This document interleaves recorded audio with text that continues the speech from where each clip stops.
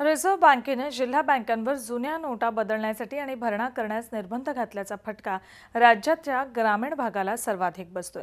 जिल्हा बँकांवर घातलेल्या या निर्बंधांसंदर्भात राज्य सहकारी बँकेचे एमडी प्रमोद कर्नाड यांच्याशी बातचीत केली आमचे प्रतिनिधी कृष्णात पाटील यांनी।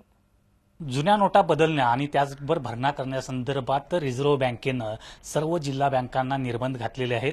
तुम्हाला पैसे काढता येतील, परंतु या जुन्या नोटा ज्या आहेत त्या जिल्हा बँकामध्ये भरणा करता येणार नाही किंवा डिपॉझिट करता येणार नाही किंवा बदलता येणार नाहीत। या संदर्भात बातचीत करण्यासाठी आपल्यासोबत राज्य सहकारी बँकेचे एमडी प्रमोद कर्नाड साहेब आहेत।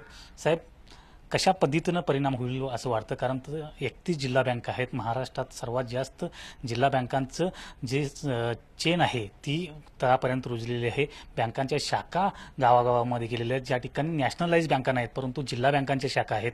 कशा पद्धतीनं परिणाम होईल असं वाटतं? काल दुपारी 4-4:30च्या दरम्यान रिझर्व्ह बँकेचं परिपत्रक आलं की त्याच्यामध्ये जिल्हा बँकांनी नुसते एक्सचेंजच नव्हे तर त्यांनी ह्या ज्या स्पेसिफाईड बँक नोट्स आहेत, म्हणजे ज्या 1000 आणि 500च्या जुन्या नोट आहेत त्या घ्यायच्या नाहीत असं परिपत्रक आल्यामुळे आता हे एकदम थांबणार आहे। आता गेल्या 2-3 दिवसामध्ये जिल्हा बँका खूप खुश होत्या की आपली रिकव्हरी यायला लागलेली आहे, शेतकऱ्यांची रिकव्हरी आलेली आहे आणि त्यामुळे जिल्हा बँका खुश आहेत तर राज्य सहकारी बँक पण खुश आहे, कारण जिल्हा बँकांचा भरणा हा राज्य बँकेकडे होतो। तर त्यामुळे आमच्याकडे पण ती रिकव्हरी पास ऑन होते किंवा आमच्याकडे आमच्या डिपॉझिट्स, काही बँकांनी आमच्याकडे डिपॉझिट स्वरूपात ठेवले, त्यामुळे हा राज्य बँकेचाही फंड डिपॉझिटच्या रूपानं वाढला किंवा रिकव्हरीच्या रूपानं वाढला, जिल्हा बँकांच्या रिकव्हरीज वाढल्या होत्या।